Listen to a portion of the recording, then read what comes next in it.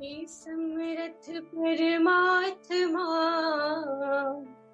हे निर्गुण निरंकार, तू करता है जगत का, तू सबका आधार। कण कण में है बस रहा तेरा रूप अपार। तीन काल है सत्य तू,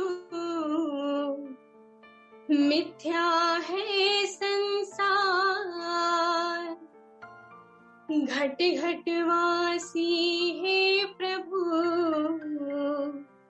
अविनाशी करतार।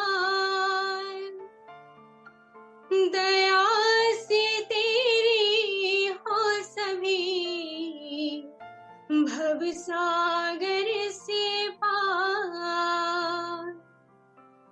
निराकार साकार तू, जग के पालनहार। है बेअंत महिमा तेरी, दाता परम्पार। परम पिता परमात्मा, सब तेरी संतान। भला करो सबका प्रभु, सबका हो कल्याण। भला करो सबका प्रभु, सबका हो कल्याण। सत्संग जी, प्यार से कहना धन निरंकार जी। वर्चुअल रूप में आज फिर सत्संग का आनंद लेते हुए सभी संत भक्त निरंकार प्रभु परमात्मा की जहाँ महिमा गा रहे हैं, कैसे ये हर संत को जहाँ एक दूसरे से, पूरे संसार से ये आदर सम्मान प्यार करुणा विशालता ऐसे अन्य गुण और उसके साथ जहाँ पेश आना है, क्योंकि एक संत ही सिर्फ ये अपना दिल इतना मासूम इतना कोमल रख सकते हैं कि पूरे संसार का सुख दुख वैसे ही एक, चाहे उसको हम एम्पैथी का वर्ड दे सकते हैं, पूरी बात समझते हुए अपना ही मानकर आगे बढ़ते हैं। तो कैसे हम उस सुंदर एक संसार के जहाँ रचना करने के लिए वो कंट्रीब्यूशन दें, तो अपना जहाँ सुधार करना है, और ये सुधार सिर्फ और सिर्फ इस निरंकार प्रभु परमात्मा को याद रख के ही हो सकता है। क्योंकि चाहे हमने ब्रह्म ज्ञान ले लिया और अगर जो समय है, जो एक करंट सिचुएशन है, उसमें हमने उसका प्रयोग नहीं किया, तो फिर हम उस समय अगर एक संतमति अपना नहीं रहे, ये ब्रह्म ज्ञान याद नहीं, तो जैसे पीछे कहावत भी लिखी हुई है कि ज्ञान कर्म, ये जो बात आ रही है कि ये ज्ञान और कर्म की बात, तो ज्ञान पे हमेशा चलना। अब अगर हम ध्यान से सोचें तो ज्ञान ये तो निरंकार की पहचान है, तो अब निरंकार की पहचान को कर्मों में कैसे लाएं? तो वही है हमारी इंटेंशन। हम अगर स्वयं को निरंकार के साथ जोड़ के रखेंगे तो जो भी कर्म होंगे वो हम इंटेंशनली गलत नहीं करेंगे। तो स्वयं ही बात वो हो गई कि इस निरंकार को जब हर चीज में शामिल किया तो एक एक पल हमारा ये सुंदर बनता गया। एक एक पल हम सिर्फ लोगों की आंसू पोंछ रहे हैं, खुशियां दे रहे हैं, हर एक के लिए अपने दिल में एक उद्गार लिए, एक हर एक के लिए मन में अच्छाई। और ये जैसे सिचुएशंस कभी आती हैं, जैसे आजकल ये कोरोना के लिए अपने आप ही दिल से अरदास हर एक के लिए निकल रही है, तो ऐसी हमें सिचुएशंस आने पर ही क्यों रियलाइजेशन हो कि सभी का ही एक परोपकार करना है और भला मांगना है संसार का। ये तो अगर हम संत हैं, ये ब्रह्म ज्ञान की दात झोली में है, तो फिर तो हर हमारी कामना हर पल ऐसी ही होनी चाहिए। कैसे एक जो हमारी जीवन काल की यात्रा है, इसने जब चलना है तो फिर हम सही और ही अपने कदम रखें, सही दिशा में रखें। और कहीं हमारे अगर कर्म बिगड़ गए, कोई सोच में खामी आ गई, कभी निरंकार को भूल के कुछ ऐसी बात हो गई जो एक इंसान कहने के लायक नहीं हमें कहलाई, तो कैसे हमने उस बात पे भी सुधार करना है। तो कैसे ये जो शरीर है, इसने हर एक का ही एक दिन खत्म हो जाना है, तो जीते जी ही अपना जीवन हम संवार लें और अधिक से अधिक अपने आप को एक सेल्फ करेक्शन मोड में ही रखें। जैसे कबीर जी का भी वो दोहा कि माटी कहे कुम्हार से, तू क्या मुझे रोन दे, एक दिन ऐसा आएगा मैं रोन दूंगी तो है।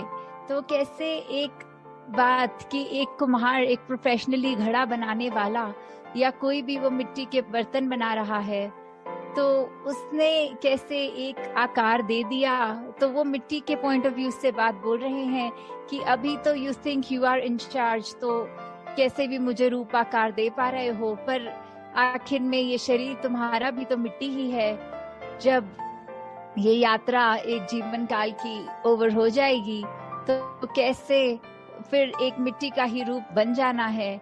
और फिर एक वो जो डिकम्पोजिशन ऑफ द बॉडी की बात हो, तो कैसे वो एक मिट्टी ही बन जाएगी। तो फिर एक ये ना कभी भी हम सोचें कि कुछ भी हम करने वाले हैं, कर्ता धर्ता हम हैं, हम किसी चीज के लिए करने का एक ये नॉलेज रखते हैं, एक कला रखते हैं। नहीं, ये सब परमात्मा की ही देन है। और जब तक हम इस बात का एहसास करेंगे, तो ही हम एक अपने कर्मों में वो अहंकार तज के एक ऐसे हम्बल एक भावना के साथ ही कर पाएंगे। नहीं तो जिस पल हमने ये मान लिया कि हमसे अच्छा कोई और इस कार्य को नहीं कर सकता, तो फिर अपनी ईगो पे कैसे हमें अगर अभिमान रहे, तो फिर वो टूटने में भी एक पल नहीं लगता। फिर इस निरंकार ने कोई ऐसा स्वभाव रचना है कि वहीं हमें अपना आईना स्वयं साफ दिख जाएगा और पता लग जाएगा हम कितने पानी में खड़े हैं।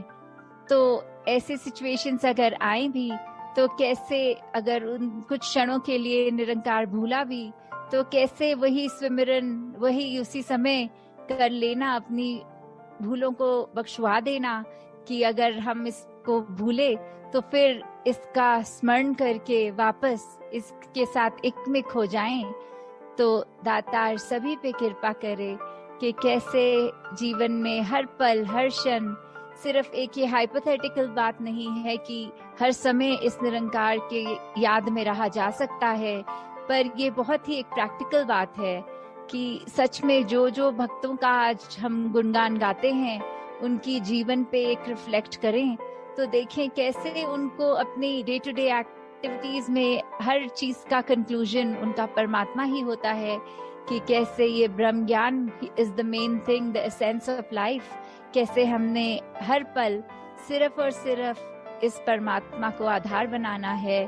और जब ऐसा होगा तो स्वयं हम खुद भी देखेंगे कि वही अगर सिचुएशंस जिसमें कुछ टाइम पहले अगर आई हो, तो एक मन बहुत बुझा बुझा, और वहीं पे अगर फिर इस बार परमात्मा को शामिल किया जाए, तो फिर उसमें भी कैसे एक अच्छा कुछ निकल के आता है। एक मन एक ऐसे मोल्ड हो जाता है।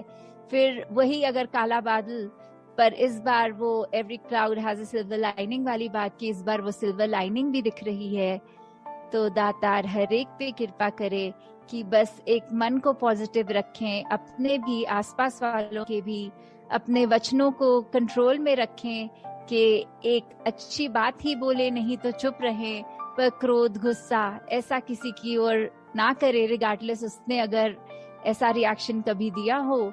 और मन में किसी के प्रति वो ग्रजेस ना होल्ड किए जाएं कि आपने भी तो ऐसा हमारे साथ किया था, तो फिर हम भी वैसा ही आपके साथ करेंगे। नहीं, हमें सिर्फ अपने कर्मों पे फोकस करना है, ना कि किसी ने क्या हमारे साथ किया। तो दातार हर एक पे कृपा करे कि सचमुच जो हम आज उदाहरण सुनते हैं भक्तों के, चाहे वो मिशन में रहे हों, चाहे पुरातन मीरा जी, किसी के भी हम सुन रहे हों, तो उनकी जीवन में भी अपनी प्रॉब्लम्स, अपनी सिचुएशंस रही, पर कैसे उससे उभर के सिर्फ उन्होंने अपना मुख उजला हमेशा रखा इस ब्रह्म ज्ञान को याद रखते हुए, तो वो रोशनी उन्होंने हर एक तक प्रदान करी। फिर तो ऐसा ही जीवन हमारा बन